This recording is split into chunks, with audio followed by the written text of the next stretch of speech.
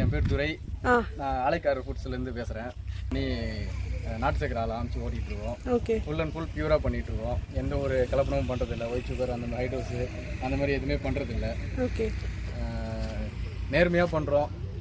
உங்களுக்கு எப்படி போய்கிட்டு இருக்கா? ரெஸ்பான்ஸ் கிடைக்குது மேடம்? இப்போ ஸ்டார்டிங்கில் கொஞ்சம் ரொம்ப ஸ்ட்ரகிளாக தான் இருந்தது. ஓகே. இப்போ கொஞ்சம் பியூராக பண்ணுறோம் அப்படின்னு பேர் வந்ததுக்கப்புறம் எல்லாருமே வராங்க, தேடி வராங்க. Okay okay okay. சரி, இப்படியே நீங்கள் கண்டினியூ பண்ணுங்கள். ஏன்னா இப்போ வந்துட்டு ஹெல்த்தியான ஃபுட்டுன்றது எங்கேயுமே கிடைக்கவே இல்லை. எல்லாமே வந்துட்டு கலப்படமாக இருக்கும். ஒரே பார்த்துட்டோம் இதில். இல்லை, அந்த ஸ்ட்ரகிளுக்கான ஒரு ரிசல்ட், நல்ல ரிசல்ட் உங்களுக்கு கண்டிப்பாக கிடைக்கும். கண்டிப்பாக கிடைக்கும்.